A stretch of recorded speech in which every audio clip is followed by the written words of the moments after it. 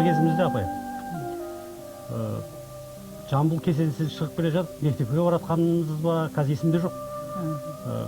Бір кезде мынау тас жолдан келе жатқан бері қарай бір Волга, ескі Волга, бұрынғы 21 дей ма, кәдімгі үлкен, кәдімгі ол кезде енді армандай Волгамен Кенен Ақсақалдың түсіп жамбылдың кесенесіне қарай кетіп бара жатқанын көрдім.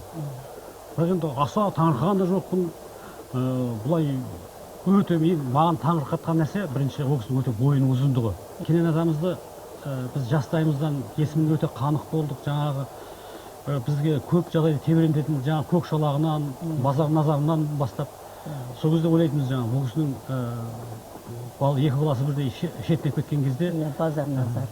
Содан кейін аманшылық әлде өзінің Құдай бұйыртуына қарай кейін балалар болды, сол деген әңгімелерді көп еститінбіз. Өте көп күңіренген әңгімелерді еститінбіз. Бірақ енді әңгіме мен оны бір мынау сөздің жүйесіне келетін болсақ, былай ойлаймын да, осы Кенен Ақсақалды жалпы әнші, ұлы композитор ретінде білгенімізбен біз адам ретінде көп білмейміз. Осы кісі сонша балаға зар болып жүріп көрген кезде сіздерге қарым-қатынас қалай болып еді деген әңгіме. Ой, ол кісі өте баланы зарлап жүріп көрді ғой, көптеген баласы өлді. Қазір енді айтып жатырмыз, кезінде айтылмайтын. Бұл кісі 2 әйел алған, бірінші әйелінен 3 қыз туған. Базар назар, барлығы мына кейінгі екінші біздің анамыздан туған балалар. Сонда базар назар кетті, болыс деген баласы қайсыз болды, тұрсын деген баласы қайсыз болды. Қырғыздың жеріне барғанда 32 жылы қырғыз бала деген қызы қайтыс болды. 7-8 баласы қайтыс болып кеткен ғой. Сонда зарлап жүріп көрген осы бұрынғы әйелінен Талжыбек Ұлтай деген қыз қалды. Олардан үрім бұтақтары ол кісілер біраз жыл жасап, жиен-жиеншарлар баршылық қазір. Ал енді мына кейінгі біздің мамамыз әкемізден 20 жас кіші. Сонда ревкомның председателі болып жүрген кезде бірінші әйелі қатты ауырып қап, соның үстіне алған ғой біздің анамызды. Соның үстіне 16 жастағы біздің анамызды алып келген ғой, Нәсиқа, біздің анамыздың аты. Бұрынғы әйелі тірі ол кезде, үйде сал болып жатып қалған.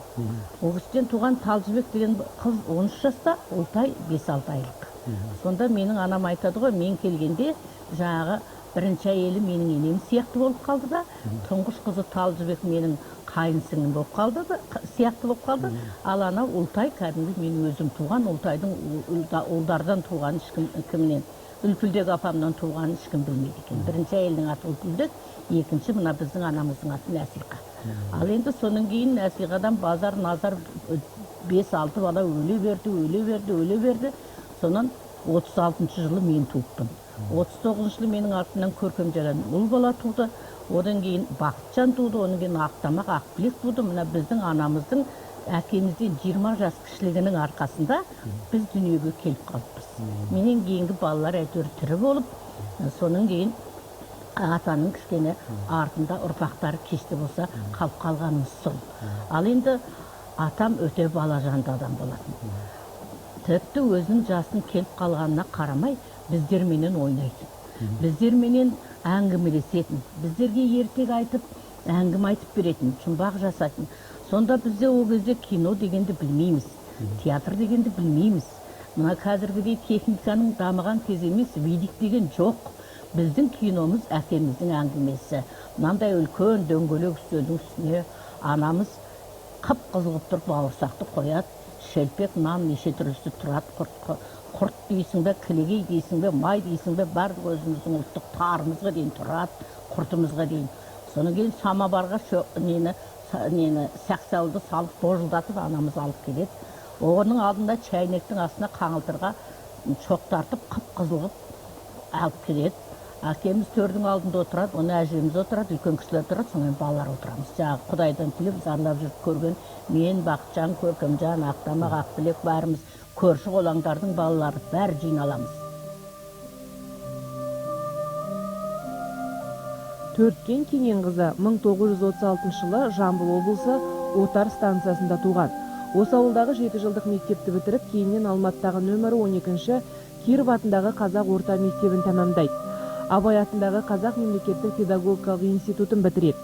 Бірнеше жыл аудандық халық ағарту бөлімінде әдіскер инспектор қызметін атқарады. Ағарту саласында 30 жыл қызмет жасаған. Осы саланың озық қызметкері. Қазір Жүсіпбек Елебеков атындағы эстрада цирк колледжінде Кенен Әзірбаев әндерінен сабақ береді. Төрткен Кенен қызы 1957 жылы тұңғыш рет өткізілген Қазақстан жастар фестивалінің дипломанты, Қазақстан Республикасының мәдениет қайраткері. Шайдың да атын атамнан естідім. Қызыл шай, не шай енді, не дейді құдай, құлашай, не дейді құдай, неше түрлі шайдың аттарын айтады. Сонда соғыста Ақ бұйра шай. Ақ бұйра шай, құлақ асқа шай. Сонда анамыз білет, әкеміздің қандай қасқа шайды жақсы көретінін, сондай шайды құйып беріп отырады. Сон 5-6 самавардың дауысы шықпаса, шайнектің астында шоқ тұрмаса, бүгісі шайды санамайды. Өзің шығарғаннан әні сияқты бар. Иә, солай. Сонанын шайды 5-6 кесесін ішіп, кішкене неғанын кейін барып, ой, әңгімеге кіріседі. Біз деген киномызда соғысы, бүгісі бізбен бірге ойнайды. Шайға қанып ағанын, кәне қолдарыңды жазыңдар дейді. Бәріміз қолдарымызды жазамыз. Қуырмаш ойнаймыз. Бас бармақ, балалы үйрек, ортан телек, шылдыр шүмек, кішкентай бөбек. Ерде пәлен бар, түген бар, соны шегіміз қатып күлеміз. Соң кейін ал енді қолдарыңды бұлай айқастырыңдар дейді. Бәріміз бұлай айқастырамыз. Бір қолмен мұрындарыңды ұстаңдар, бір қолмен құлақты ұстаңдар дейді, осылай. Міне осылай. Соң кейін жылдам бүйтіп ауыстырып отырыңдар дейді. Сонан оны кім жылдам жасайды? Біреуміз көзіміз ұстаймыз, біреуміз басымыз ұстаймыз, біреуміз құлақты ұстаймыз, әлгіні дұрыс саламаймыз. Ой, енді қыран топай күлкі ойын. Соның ең бараттағы бізге жаңылтпаш айтады. Маң басқан, шудаларын чаң басқан. Кәне ол не?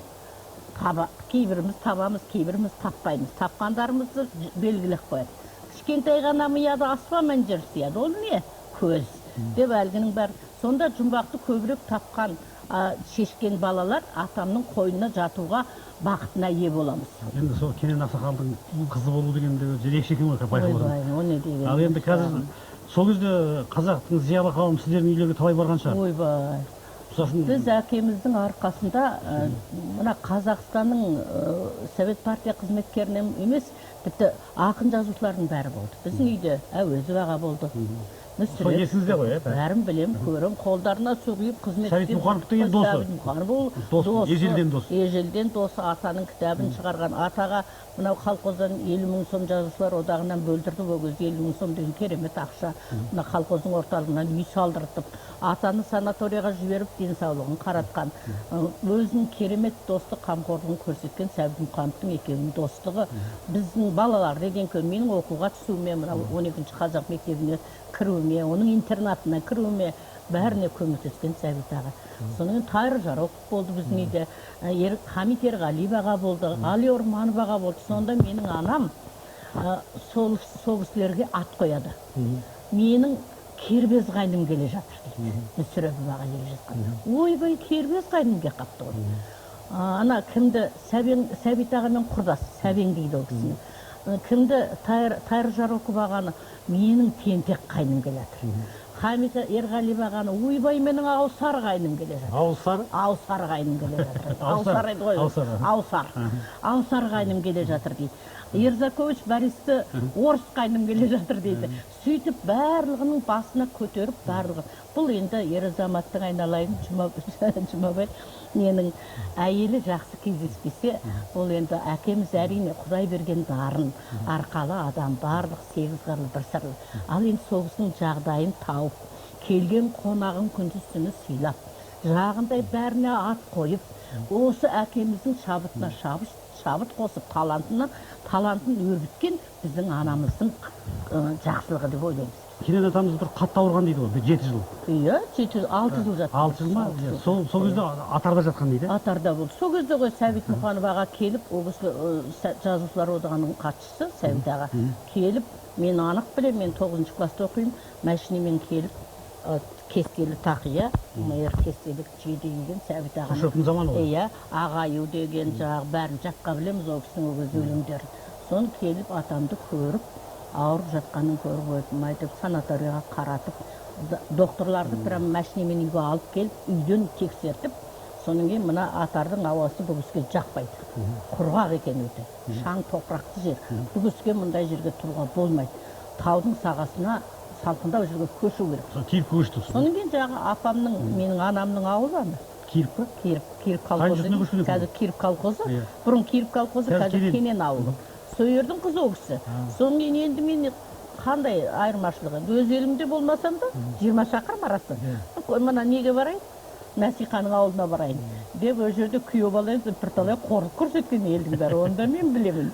Сондай керемет салқын, қоңыр салқын, Қордайдың қоңыр желі дейді ғой. Сондай жерге барып, содан кейін барып ата жазылып, ел қатарына қосылып, сондағы сәбеттер шығарған өлеңдері, достық қатынастары керемет болды. Соның кейін де қанша жыл өмір сүрді бұл кісі. Оның кейін біздің сазгерлік, композиторлық жағына Борис Ердакович қатты көмектесті. Сол көптеген әндерін маған үйрететін. Қазіргі мынау бір 10 шақты әннің төңірегінде айтылып жатады, Базар Назар, Көкшолақ, Бозторғай, Туған ел, сонымен жаңағы әлгі домбыра, сондай бір 10 шақты әндер айтылып жатады. Бұл кісі 100-ден астам ән шығарған адам. Бұл кісі сонда өзінің аузынан тікелей 60-70 әнін үйреніп қалған баласымен. Сондықтан да мен қазір мынау Жүсіпбек Елеуеков атындағы эстрадно-цирковой колледжде Ержан Қосбармақ директор мені шақырып алып, 5 жыл болды атаның әндеріне сабақ беріп жүрмін.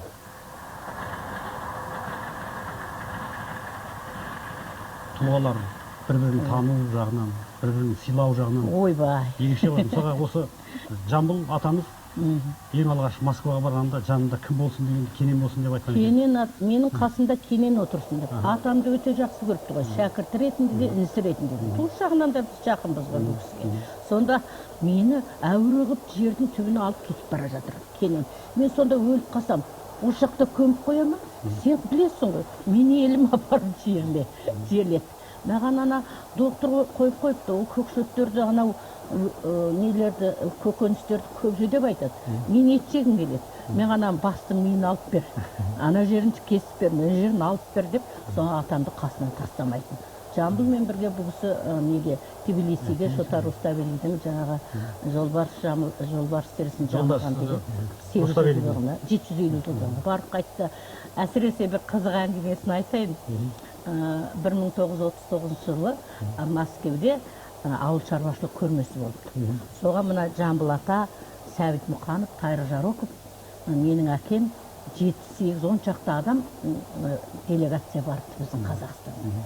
Сонан қайттық дейді, көріп қайтып келе жатқан кезде Мәскеуден Алматыға пойыз 10 сөткі жүр.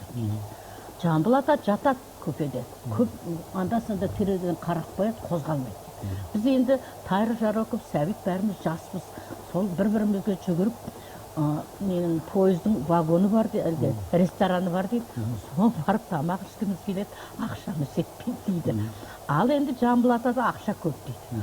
Жамбыл ата ақшаны жамбасына басып жатыр. Соны ала алмаймыз. Соны жігіттер айтты дейді, Кенеке, осы сізді жақсы көреді ғой. Жамбылдан ақша сұрап әкелші, жәке мен деп айтты дейді. Қайтып сұрайын, бірдеме қылсаңыз, ішіміз пісіп кетті ғой. Соны барып Жамбылдың қасына отырып, айпырмай қайтып ақша сұрасам екен деп, есебін табамай отырдым дейді. Сол кезде Құдай айдап, Құдай жарқап, пойыз неге Әулиеата, кейіннен ол Әулиеатаның атын алып тастап, Жамбылдың атын берген дейді сол кезде. Соны айттым де, жәке, Әулиеатаның атын, Әулиеата қаласына жақындап қалдық, жақында Әулиеатаға сіздің атыңызды берді ғой, Жамбыл қаласы деп. Депсеге орнынан атып тұрды дейді. Не дейсің Кенен? Әулиеатаға кеп қалдық па? Айпырмай сол атыңнан айналайын Әулиеата, атымды тартып алып деп болмақ апа. Деп 3 рет айтты дейді. 3 рет айтып барып, апырмай не істесем екен бұл енді Әулиеатаға келген дейді. Не істегеніңіз не? Жамбыл ата деп бәрі күтіп тұрады сізді. Енді шығып бір ауыз бірден айтпайсыз ба? Балаларыңызға үлкендер болады, пионерлер келеді деп сөйттім дейді. Әй Кенен, айналайын, сен мені қозғама. Мен мына пойызыңнан түссем шыға алмайым, шықсам түсе алмайым. Сен одан гөрі Жамбыл аталарың кішкене жол жүріп шікірттеніп қапты деді. Менің атымнан сен шығып сөйле. Соңын ақша бер дейді бір уыс. Әлгі ақшаға сен тарат ана балалар кәмпит алып жесін, мәмпәзи алып жесін деп айтты. ой пырмай құдайдан тілегенін көктен тілегенін жерден шығып жарайды жәке деп ақшаны алып алып вагоннан қалай ана купеден қалай шыққанымды білмеймін дейді. Тары жароктарға жүгіріп бардым дейді жолдастарға. Әй жәкеңнен ақша алды. Кеттік ресторанға деп бәріміз ресторанға барып тамақ ішіп, ана мынау кішкене коньяк мәнәк ішіп жетісіп әбден демалып келдік дейді. Шықтық дейді. Одан кейін мен айттым, әй жігіттер, мен жәкеңе не деп айтамын деп айтып едім. Сәбит әпек, өтірікті өзіңіз бастадыңыз, енді өзіңіз аяқтаңыз деп айтты дейді. Ай, иттер, ай, мені құрттыңдар ғой, енді қайтемін деп. Соны ақырын ұяла жәкеңнің үстіне кірдім дейді. Соны, әкене не болды деп айтты. Ойбай ата, пионерлер галстук тағып алған қызы көлдерін құшақтап жамбылата деп мұғалымдар ма үлкен кісілер қаптап сіз көреміз деп келіп тұрды. Содан кейін мен шығып осы жаңағы сіз айтқан әңгімелерді айттым. Ана ақшаны таратып бердім, көп беріпсіз деп бәріне жетті.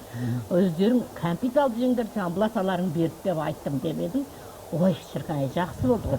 Түк осы маған әулиетаның атын бекер алып тастап менің атымды берді. Мен осы жүрегіме жақпайды осы. Бір жеңілдеп қалдым ғой кенен деп сөйтіп айтты. Көркемжан ағамыз үйленген кезде. Иә.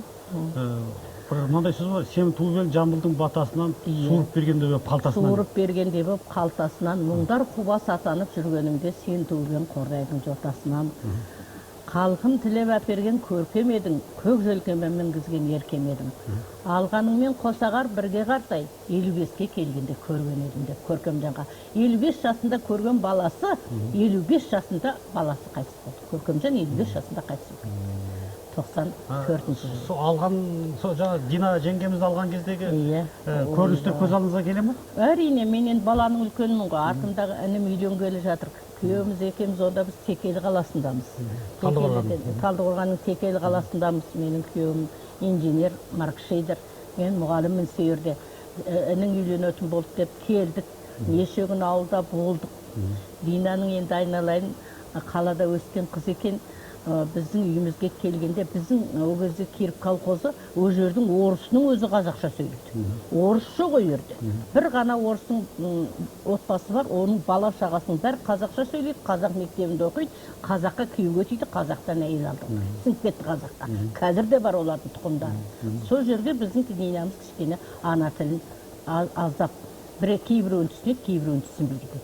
Содан кейін енді Дина келген кездегі енді Құдайға шүкір аяғында ақбасынышқа тырнақтарын бояған, қолдың тырнағын бояған, кәдімгі қошқыл қызылменен шашы бұйраланған, сондай болып келді. Енді елдің бәрі күңіреніп кетті. Кенекемнің базар назар деп зарлап жүріп көргенде Көркемжанның әкелген келіні мынау үлкен үйге қандай әйел бола алады, қандай келін бола алады, мынаның түрі мынау деп. Енді әкем мен атам мен анам не істейді? Өзінің қолын өзі кесе ма? Алдында ана пәленбай жерде бір қыз бар екен деп айттырамыз. Көркемжан жақтырмай. Ойбай түгенбай жерде бір қыз бар екен, мен құда түсіп келейін, саған біздің үйге лайық дейді атам. Жарайды дейді, артынан майдай ұзып алмайды. Өзінің сүйген қызын алып келді. Соны өз қолын өзі кесе ма? Елдің бәрін шақырып үлкен той жасады әкем. Соның кейін енді ол кезде келіннің бетін ашатын адамдар болады ғой. Солған ырымын беріп, қарағым, мінеки келіннің бет ашы. Мен келіннің бетін өзім ашам деді ата. Сонымен тұрықта келінімен баласын қатар отырғызып қойып, тұрып домбырасын алып ойнамайды. Елдің бәрі ойбай о заманда бұл заман, мынау келіннің бетін қайнатасы ашып еді. Мына келін кенен жындымыз дегендер болды. Кейіннен соның кейін жағы маңызына түсініп кеп, екеуін қатар отырғызып қойып, барлық өз сүйетін айтып жағы жерде. Тау текеде таутасқа аттап кетті, кір жастықты басыма жастап кетті. Колхозында театр кино жоқ деп, баламды алып қалаға бастап кетті кейін деп тұрып шырқады ғой. Кейбір жастар бұл күнде мүлкі болып жүр. Бірін бірі алдайтын түлкі болып жүр. Ғашық болып қосылып ертеңгі күн кеңселерге сүйресіп күлкі болып жүр. Деп келінге ақылмайды. Келін келді дегенде қуанғаным үш ұмтылып орнынан тұра алмады. Үш болыс ел шақырып той жасадым. Қосылып қуанып бастарыңның құралғаным. Сен туыбың Жамбылдың батасынан деп жағы өлеңдерді бәрін айтып, неған кезде жыламаған ел жоқ. Атаның өзінің көзінен жас ағып тұр. Айтып тұрғанда бәріміз жыладық. Бәріміз жыламаған адам қалды. Сол Келінжан әні халықтың арасына кеңінен тарап кетті. Сол Көркемжан 55 жасында қайтыс болды. Көркемжанның артында 5 баласы қалды. Жағы Дина келініміз ақылды тентек екен. Атасын өзінің қолынан атқарды. Мамамның мамасы шешемді қолынан атқарды. Әжемді қолдарынан атқарды. Көркемжан мен Дина сол өз атаның өзі айтатын о қара орманның иесі болып қалды. Әлі де сол Дина отыр сол үйде бағып өзінің немерелерімен, балаларымен.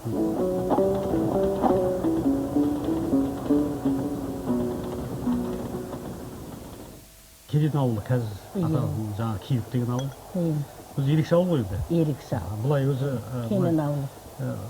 сондай бір сері ауыл, сондай халықтың өзі сондай сергек ауыл деп есептеймін. Иә, қазірге дейін сол. Сол бір ауылда бір ылғи әңгімесі сол жаңа Кенен Ақсақал туралы болады. Шолпанқұл дей ма? Иә. Шолпанқұл деген кісіні көп айтады. Неге себеп Кенен Ақсақал айтылған кезде міндетті түрде Шолпанқұлдың есімі жүреді. Шолпанқұлдың міндеті есімі жүретіні Солтангелді Бөкен, Солтангелдіден Шолпанқұл, Бөкеннен Кенен. Шолпанқұл атамнан 15-20 жас кіші. Бірақ бұл кісілерді жақындатқан өнер. Соңғы Шолпанқұл өте алғыр. Біз ол ағаны мен өзім көрген жоқпын. Бірақ әкем ылғи айтып отырады. Шолпанқұлға арнаған ән де бар. Шолпанқұлға арнаған Шолпанқұлдың әкеме жазған хаттары да бар. Мен бәрін білем, оның бәрін айтып жату мүмкін емес. Ал енді Шолпанқұлдың өзі жүрген жері күлдіргі. Қыран топай ойын күлкі. Қазір мына той жиында асаба дейді ғой. Сол кездегі тойдың асабасы сол кісі болады екен. Тойбастар, беташар, жар-жар, тойды жүргізу, айтысу. Сондай күлдіргі халық Шолпанқұлсыз той болмайды екен ол. Атамның әндерін қағып алып айтады екен. Бір ән шығарам дейді, ән шығарғанда айтып берем, мен ән шығарам. 2-3 күннен кейін Кенеке қатты қалжыңбас дейді. Кенеке мен бір ән шығардым, тыңлаңызшы дейді, тыңлайсам, өзімнің әнімді өзіме айнытпай айтып бергенде ой деп риза болам дейді. Сұмдық ақын, ұйымдастырушылық қабілеті күшті. Совет үкіметі орнаған кезде партиямның хатшысы болып істепті. Ауылдық кеңестің төрағасы болыпты. Совет райисполком деп жатады, рай емес, ауылдық исполкомның. Сондай жұмыстарда істегенде хатшы болып жүрген кезінде әскерге алып кетіп, сояқтан бұл кісі қайтпай қалды. Көп қазақтың зиялы қауыммен жаңа партия, совет қайраткерлерімен араласқан, құрласқан адамдардың ортасынан шықтыңыздар. Сондай бір үлкен тәрбиелік мектептің. Осы Кенен атамыз бұлай өмірде, мысалы үшін жаңа тіршілікке бейімділігі, кейде бір реніш мәселелері қалай болушы еді? Ол кісі ренжігенде тұқымың өскір деп сөйлейді. Ол кісі еш уақытта тұқымың құрғыр деп сөйлеген адам емес. Біз кейде бір балалықпенен бір нәрсені бүлдіріп қойсақ, немесе өзі өте мазасыз адам біздің әкеміз. Ол кісінің бір жерге қонаққа шығуы үйден. Ол кісі кеткенше шешем тыным таппайды, атын ертпейді, киімін жөндейді. Мына қалтасында бетерамал, мына қалтасында бетерамал, таяғы жағы ол кезде темекі тартатын подсигарка дейді. Соның ішіне темекіні салып береді. Мұның бәрін жасап, атына мінгізіп, естен шығарып жібереді ғой. Сонда бір нәрсе ұмытылып қалса қайтып келіп, әй насихат тұқымың өскір. Менің подсигарым қалып қапты ғой, деп айғайлап келеді. Сонда апам жүгіріп барып әлгіне жасайды. Ал енді ол кісі атпен келе жатқанда біз үйдің ішіменен төбемізбен жүгіреміз. Бала шағаларымыз бәріміз. Біреуміз жүгіріп барып атын байлап аттан түсіреміз. Біреуміз көрпені төсеп, жастықты салып, анамыз самаварды қойып қайнатып жатады. Біреуміз әкемізді жетектеп алып келіп отырғызамыз. Бұның барлығын істеп жүгіріп жүреміз. Соның кейін әбден чайға қанып алғаннан кейін далаға шығып қарайды. Қоражайды аралап шаруаға жақсы еді, бірақ өзі істемейді, біздерге істетеді. Соны қарайттағы шақырып алып, ана тауыққа су құймапсыңдар, жем шашпапсыңдар, ана қойдың аяғы ақсап қапты, байқамапсыңдар. Міне өзінің барлығын тіребіт етіп бізге жасатады. Өте шаруаға бейім. Шөп шауып жүреді ол кісі. Атты қандай баптайды атын. Өзінің көп аттары болды. Ылғи өзі кедей болса да Көкшелектен бастап Ақбозат, Қарабозат, Шыварат, Балағасқа, Құлағасқа деген керемет аттар болды. Сол Құлағасқасын Сәбит Мұқановқа подарок етіп, өзі Балағасқаға мініп тұрып екеуінің түскен суреті қазір Сәбит ағаның музейінде ілулі тұр. Сонда аттарды күткенде ол кісі жалынан сыйпайды, көзін бетрамамен сүртеді, бетінен сүйеді. Жағы жылқылардың тілін табады ғой, керемет енді. Сондай шаруадан болды бұл. Апай, осы үлкен адамдар, атағы шыққан адамдардың көбісін сараң деп айтады ғой? Жоқ, ол кісінің сараңдығы болмады. Бұл кісі өте, мына қолмен алады да, мына қолмен таратып жатады. Осы 90 жылдық тойында атаның республика көлемінде көп деген сыйлық подаркалар келді. Құдай сақтасын, мәшинеден бастап түйе не керек, кілем деген сол кезде әңгіме шықты ғой. Алматыда, Қордайдан Алматыға дейін жетеді, кененге келген кілемдер деп елдің арасында. Соның барлығын әкем той өткеннен кейін колхоздың мектебіне, әлгі балабақшаға, соның кейін Көркемжанның досына шақырып алып, Сабыр деген досы бар еді, ана түйені жетектетіп жіберді. Сабыр деген кім ба? Фамилиясын? Сабыр Рахымбаев, иә, сол Красногор Көркемнің досы Рахымбаев Сабыр. Соған, ана досың ана түйені алсын. Соның кейін жаңағы бәріміздің күйеулерімізді шақырып алады дағы, қыздар, ана жылқыны мініп кетіңдер, ананы бүйтіңдер. Маған да бір кілеммен бір домбырасын берген, осы үйден көзімін соны алған жақсылығын деп ойлаймын. Бұл кісі заттардың бәрін таратып жіберетін. Соның кейін музейін ашқанда қорқып көрдік қой. Музейде экспонат жетті. Үйдегі барымызды әкеп қойып, жұрттан атадан алған заттарды беріңдерші айналай десек бермейді. Сөйтіп экспонатты әрең аштық.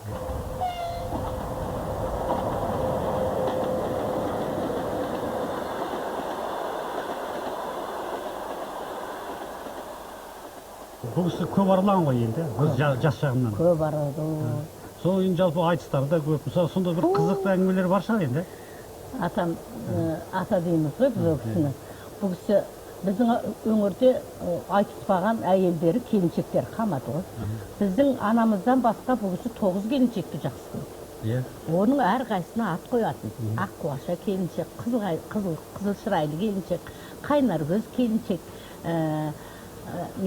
қараторы келіншек деп бәріне ат қойып қояды. 9 келіншек бар. Соларға арнап ән айтады. Соның кейін барып оны айтқан кезде мен шымылдықтың ішіне тығылып алып, оны үйреніп алып, шыға сап айтам, түсінбеймін ғой. Ойбай, мына қызың қаяқтан кіріп кетіп еді деп әлі мен қағып алам атаны.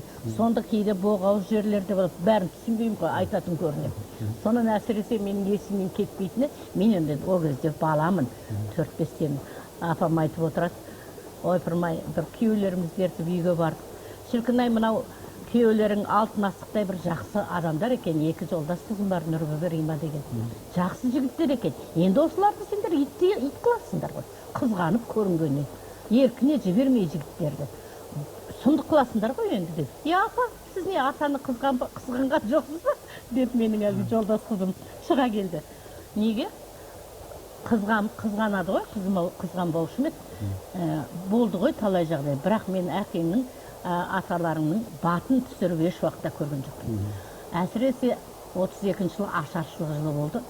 Ашаршылықта жаңадан ес жиып 34-35 жылдары жаңадан есімізді жиып Қырғызстанға қаңып кеткен жерімізден қайттан көшіп кеп осы атарға. 1-2 бөлме үйіміз бар. Ұлтай жалғыз қызымдар, кішкентай. Біз ол кезде тіпті кішкентаймыз. Сонда дейді, кенен үй көрмейді дейді. Қыдырып 10 күндеп, 20 күндеп, бір айлап кетіп қалады. Ел аралап. Мен жағы бала-шағамен үйде қала берем, бір бұзаулы сиырым бар. Соны сауам, соның сүтін, соның айранын ішкізіп, балаларымды бағып отырамын. Сөйткізгенде сол 34 жыл мекен, осы Алматы жақтан қай жер екенін айтып еді, есімде қалмады. Бір Тоғжан деген сұлу келіншек келді үйге дейді. Ай десе ауызы, күн десе көз. Енді оны жақсы көрмеген еркек, өзі еркек емес деп сөйлейді ғой менің апам. Ой, сондай кеңгіс еді менің анам. Соны дейді, бұл кененің үй осы ма деп айтты дейді. Е, осы үй, жоғары шығыңыз. Сен кененің әйелісің бе? Әйелімін. Ондай болса қабағың ашық екен, мен осы үйге қонам деді. Соның астына көрпе салып, абысын азындарын шақырып алып, шайды қойып, қой сойып, жақсын. Не де болса тегі бір әдемі әйел екен, бұл тегін адам емес. Сезді жүрегім, бәрін беріп, сыйлап жатырмыз дейді. Соңын жатар кезде жақсы көретін қонақтың бұйымтайын ертерек сұрайды деуші еді. Жайша кененді іздеп келдіңіз ба? Кенен жоқ болса да орында біз отырмыз, бұйымтайыңызды айтыңыз деп айтыпты менің анам. Сүйсе әлі кенші. Кенен бір үйге келгенде сүтсіз қарашай берін. сонда не, сиырың жоқ па, түсің жоқ па деп айтты. Сүт қайдан болсын бізде деп едім. Мен саған сиыр берем деп айтты. Сол сиырды алайын деп айтты. Жүрегім су өте қалды дейді. Жалғыз сиырым жаңадан туған болса. Ойпырма, енді қайттым. Мына бермесем, азаматымның баты түсіп қалар. Bir көңілденіп мақтанып кетіп айтты екен. Ал берсем балал шағамды асырап отырған жалғыз сиырым деп түнімен аунадым дейді. Соңғы қой, не болса да кенен аман болсын, бірдеңесі болар. Дедім де ертеңгі шайын жақсылап беріп, жаңағы көйлегін кигізіп, қант шайын беріп, сиырды бұзауды титтей дейді. Бұзауымен жетектетіп, Асқар деген қайным бар, естің алда сары жігіт дейін дейді. Әй сары жігіт берген, мына кісіні мына сиырмен жеткізіп тастады деп жібердім дейді. Кетті дейді. Бірнеше күннен кейін әкең келді дейді. Әкеңге аттан түсіп жатқанда алдынан жүгіріп барып, сүйеп, атты байлап, сөйтіп жатырмын деп, амансыңдар ма, аман деп. Соның кейін отырғаннан кейін айттым дейді. Ойпырмай, кенекем, тіпті жүрмейтін жерің жоқ, сені бір сұлу әйел іздеп келді. Әй, кім деп атып тұрды. Көзі бадырайып кетті дейді. Соны айттым дейді, өсіп Тоғжан деген әйел, ай десе аузы келіп, әй айналайын, Нәсиха не қылдың деп айтты дейді. Сиыр берем деген екенсің, сиырымды сұрақ деп. Соны не істеймін енді? Сен тірі болсаң сиыр табылар деп, сиырды жетектетіп жібердім дедім. Ай айналайын Нәсиха, мен тірі болсам 90 сиыр тауып берем. Саған жылқы да тауып берем, бәрі болады. Мені жерге қаратпағаныңа тоба. Әй бір өзі келіскен сұлу келіншек екен, бір үйіне қонақ болғанда уәдемді беріп қалып едім деп айтты дейді ғой. Біз шегіміз қатып, ал енді сендер өз сүй аласыңдар ма мына күйеулеріңді? Иттей қыласыңдар ғой деп бізге жаңағыдай мысал қылып. Мен әкелеріңді жақсы көрем, бірақ еш уақытта мен ер азаматтың батын түсіріп көрген жоқпын. Біздің анамыз өте керемет адам болды. Мен үй болғанда да, ана бір күн үйге келіп, есіктен кіргеннен төсеулі жапқан трәпкіні алды дағы маған ұрса кірді анам. Осы Алматыда тұрамыз онда. Ойбай апа не болды деп едім. О заманда бұл заман ер азаматтың жағалы киімін босағаға төсей ме екен деп мені сөйтіп ғой. Есім шығып кетті, біз ата-анамыздың қорқамыз енді. Апатай кешіріңіз, байқамай қалыппын деп, жаңа мен күйеуімнің трико дейді ғой, соның кеудесін енді ескі жыртылып кеткен, соны трәпка қылып кіреберіске төсеп қойды. Міне сондай адам болады. Өте қатал. Соның арқасында бізде жаман болғаны жоқ, Құдайға шүкір. Әкеміздің атына кір келтірген ешқайсымыз жоқ. Бірақ Керекемнің атаның балалары артында қалған кеште болса балалары шаруа, ортбай деміз біз, кедей деміз біз, орта шаруамыз. Біз еш уақытта осындай кененің баласы едік деп кеудемізді қағып, бізге пәлем беріңдер, түген беріңдер, еш уақытта еш жерге барып көргеніміз жоқ. Бірақ бір кезде мен өз басым әкемнің атына өмірде де, қызметте де, ойда да, қырда да кір келтіріп көрген жоқ. Тек қана кененің, ойпырмай мені кененің қызы дейді, қазір сөз береді, қазір өлең айт дейді, не айтсам екен деп даярланады. Сондай жауапкершілікке тәрбиеледі. Біздің халқымызда жаңағы бір көшпенді халыққа ғана тән жоралғыларды сақтамай баратырмыз. Сол өте жақсы айттыңыз. Біздің балаларымыз соны сақтайтын дәреже жетсе екен деген Құдайдан тілеймін. Мен енді білмеймін. Қадыр Мырзалиевтің Ирім деген несін оқып жүрмін, кітабын. Сонда мақалалар шықты ғой, қарсылық білдіріп, ол сондай емес еді, сіз неге үйтіп жазасыз дегенде. Осы жауап жазды. Сонда мен ойлаймын, атақты адамдар да еттен сүйектен жаратылған адамдар ғой, оларда да жақсы жағы болады, оларда да. Мен әкемнің мысалы көптеген қылықтарын білемін. Енді оны неге айтпасқа, неге жазбасқа? Қадыр Мырзалиевтің Иіріміндегі айтылғандардың барлығы дұрыс деп есептеймін өз басым. Ол адамды тек қана жақсы адам жақсылық жағымен жүрмейді ғой, осында кемшіліктері болады, осында жақсылық жақтары болады. Рахмет әке.